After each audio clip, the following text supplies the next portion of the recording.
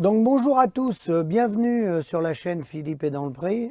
Merci aux nombreux témoignages que je reçois par SMS et par mail. Je voudrais aujourd'hui faire une vidéo en soutien aux maraîchers, aux nombreux maraîchers qui existent en France. Et là j'ai été contacté par des maraîchers en Alsace, mais la problématique est la même malheureusement sur tout le territoire. Et il y a des rapports très étroits avec ce qu'on peut connaître dans les autres filières. Alors, je voudrais vous parler aujourd'hui, donc ça se situe en Alsace, on va dire que c'est Monsieur Dupont qui m'a appelé, pour prendre un exemple concret avec les prix, preuve à l'appui, des prix que m'a donné ce maraîcher bio. Donc c'est un maraîcher bio et on va prendre l'exemple du concombre épineux. Donc cet exemple de monsieur qu'on va appeler Monsieur Dupont, qui est producteur bio, il vend 2/3 de ses concombres en direct à des AMAP et 1/3 à des grossistes. Donc le prix de vente, lorsqu'il vend lui-même en direct, il arrive à vendre ses concombres épineux bio 2,50 € le kilo. Sachant, je précise tout de suite, que pour gagner sa vie, il m'a expliqué qu'il fallait les vendre autour d'1,90 € le coût de production pour vivre, on va dire, dignement. Donc lui, il les vend 2,50 €. C'est le prix vendu en 2021 et 2022. Ensuite, derrière lui, il y a un producteur qui emballe, ce qu'on appelle un producteur emballeur, qui lui revend à 3,49 € le kilo. Et ensuite, ce qu'on appelle les GMS, les grandes surfaces, que ce soit U, Leclerc, Carrefour, etc., revendent 4,99 € le kilo, le même concombre. Donc ça, c'est un circuit de vente que je vous ai pris l'exemple d'un circuit de vente, mais il existe plusieurs autres circuits. Il y a un autre circuit où, par exemple, il y a des grossistes, il y a un leader européen, un grossiste qui est un leader européen dans le domaine des fruits et des légumes, qui lui achète 1,39 €. Hein.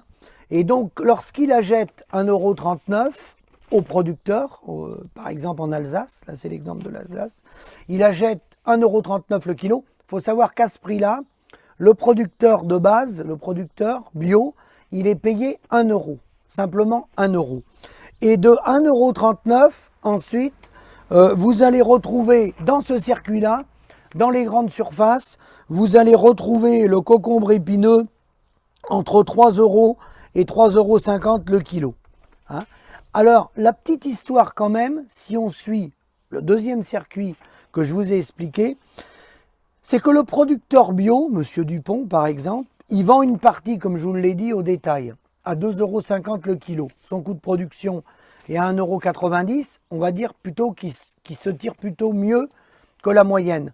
Mais si il vend une partie de sa production à ce grossiste leader européen 1 €, puisque lui, le grossiste, il la jette 1 € dans les fermes, dans les exploitations, pour le revendre 1,39 €, ce grossiste. Il faut savoir que derrière ce grossiste, il y a des gens qui viennent acheter à ce grossiste et qui sont ce qu'on appelle des revendeurs. Et les revendeurs n'ont pas d'interdiction de faire les marchés. Donc, ces revendeurs, vous pouvez les retrouver sur les marchés à vendre du concombre épineux, par exemple 2 €, 2,20 €, 2,30 €, 2,40 € le kilo. Et lui, mon producteur, qui a vendu une partie de sa production à 1 €, il va retrouver son concombre épineux à un revendeur qui peut faire le marché, à côté de lui. Lui, il va chercher à les vendre, si les gars ils font le marché, ils vont les vendre, ils vont essayer de les vendre 3 €, 3,50 €, et il va retrouver à côté de lui ses concombres à lui, mais qui sont passés par le grossiste qui a acheté 1 €.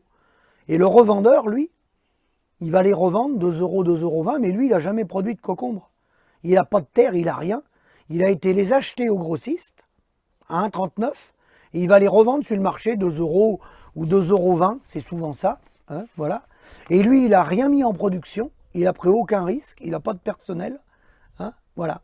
Donc, c'était pour vous faire la démonstration de ce qui se passe dans les circuits agricoles et l'importance d'encadrer les prix, chose qu'ont refusé de faire les politiques, l'importance d'avoir ce qu'on appelait le coefficient multiplicateur, parce qu'il existait à une époque la notion du coefficient multiplicateur, et en respectant les producteurs qui travaillent, qui prennent des risques, qui mettent en culture, qui ne savent pas d'une année à l'autre, suivant la météo, ce qu'ils vont récolter, il faudrait, au bas mot, que ça couvre les coûts de production, rémunération compris, bien entendu, c'est-à-dire taper au-dessus d'1,90 €, vendre comme l'exemple de M. Dupont que je viens de prendre, rémunérer correctement le maraîcher, donc le payer 2,50 €. Ensuite, mettre en place, mais ça peut s'encadrer par des lois, le coefficient multiplicateur pour que le producteur emballeur, lui, qui c'est vrai a des charges aussi, il ait sa marge. Hein, et qu'ensuite, la grande distribution derrière, on lui applique également le coefficient multiplicateur, ainsi que le grossiste, qui est leader européen, qui lui vient faire pression sur les prix, vient acheter les concombres épineux à 1,39 € dans les exploitations, à 1 € dans les exploitations, pour lui les revendre 1,39 €. Et tant qu'on n'est pas capable d'encadrer les prix et de mettre un minimum de règles, de mettre un code de la route pour respecter les rapports de force des uns et des autres, parce que le problème, c'est que le grossiste leader européen, il est en position dominante.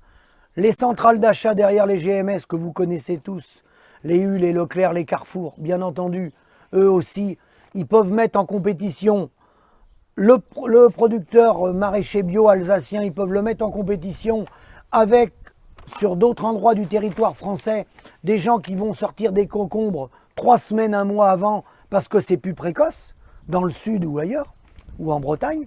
Et automatiquement, en mettant en compétition les maraîchers français déjà, entre eux, parce que là, dans mon exemple, il n'y a pas de concombre qui vient de l'étranger, c'est simplement la mise en compétition, suivant les régions, par rapport à la précocité de la légume. Alors, je terminerai pour préciser une chose importante, il n'y a pas de surproduction dans cette production-là.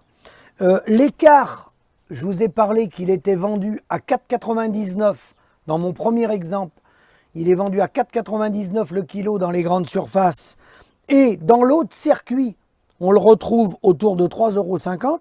Vous noterez qu'il y a un écart de 1,49 € du kilo. Ça représente 50 centimes par concombre. C'est-à-dire que pour 50 centimes par concombre, on peut sauver les maraîchers. Voilà. C'est-à-dire que si tout le monde respecte les choses, on peut sauver les maraîchers. Et encore, dans ce cadre-là, les marges ne sont pas encadrées.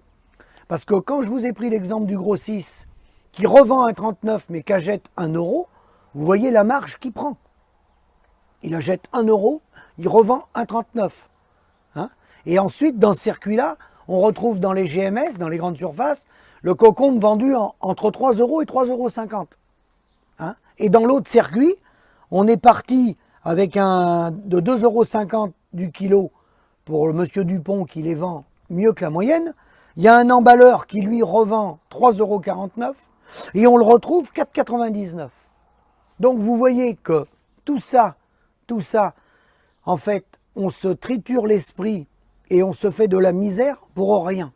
Car si les politiques, depuis longtemps, dans le domaine des fruits et des légumes, pour les maraîchers qui travaillent très dur, c'est un métier usant, où les mecs ils finissent cassés à 60 ans, si on avait eu un peu d'intelligence et qu'on acceptait de réguler les choses, il ne s'agit pas d'arriver dans un système où on prive les gens de liberté. C'est pas ça qu'il s'agit. Il s'agit d'encadrer les choses et de mettre par exemple en place un coefficient multiplicateur. Eh bien, on n'arriverait pas à ces dérives-là où sur un marché, on peut retrouver quelqu'un qui a pas un hectare de terre, qui a jamais produit de concombre, qui va aller acheter des concombres chez un grossiste et qui va faire du business pour tuer le petit producteur qui, lui, est complètement étranglé et sans lui, rien n'est possible. Le revendeur, il peut revendre parce qu'il y a des concombres. Lui, il n'en produit pas. S'il n'y avait pas eu le maraîcher qui avait fait la mise en culture avec tous les risques que ça comprend, il ne vendrait pas de concombres. Donc ça, il est dommage que notre société ait dérivé avec des pratiques comme ça et qu'on ne soit pas capable de les encadrer alors qu'on peut les encadrer. On encadre bien le prix de l'énergie, on encadre bien le prix de l'électricité, le prix du gaz.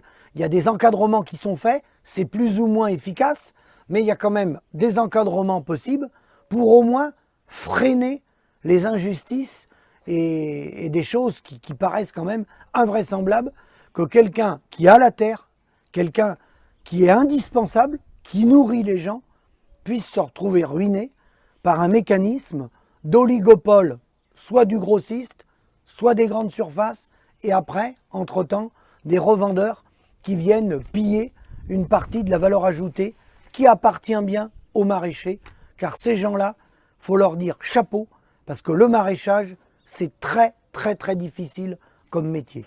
Donc je les salue, je les remercie, vous pouvez me recontacter, dès que je suis disponible, je fais des vidéos. Merci et à bientôt.